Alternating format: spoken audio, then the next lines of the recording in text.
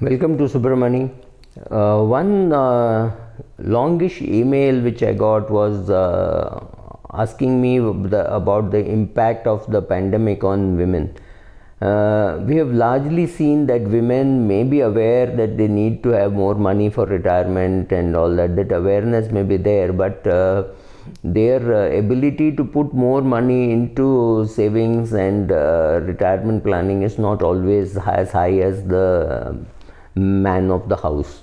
Though I always recommend that if the woman is earning lesser, then all her money should be saved stroke invested. But it also plays on the mind of men, saying in case something happens to the marriage, then she is really protected by the law, and if her money is also safe with her, then she can get half of what he has, and that hurts. So somewhere you have to find a compromise between how much a woman will save and invest, and how much she will plan for her retirement and her husband's retirement if it's a joint decision. I know couples where they have decided all the money that the woman earns will be saved stroke invested, and that will be used for their big major goals, their children's education and retirement. Everything else like buying a house, vacations, etc. will be done by the husband, but children's education and retirement will be from the wife's income.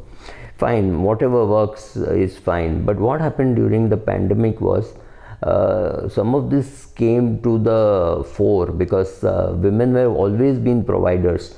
Now when there is some illness, largely towards the older people, then the woman who took the hit, right? She gave up her career, she gave up 2-3 months of her life to look after the parents. She had to take a break. It was very rarely did the man take a break. I am not saying they did not, most people shared it.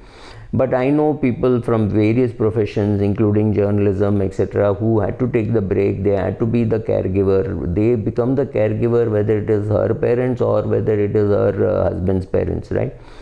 So therefore, the ability to save stroke invest went down even further. So during these times of crisis, could be any type of a crisis where because you are the primary provider, because you're not the primary provider, people look at you and say, why don't you take a break to look after your mother? Why don't you take a break to look after your mother-in-law, right? Naturally, it goes towards the caregiver, the natural caregiver.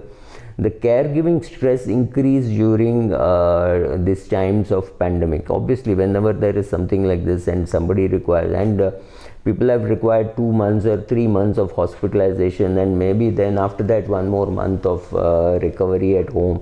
So these things hurt women more, and a lot of women therefore spend from their own pockets also for their parents' recovery. When you spend 35-40 lakhs, very few parents would have that kind of money. Yes, many have, but many wouldn't have. I'm talking of parents in their 80s and 90s.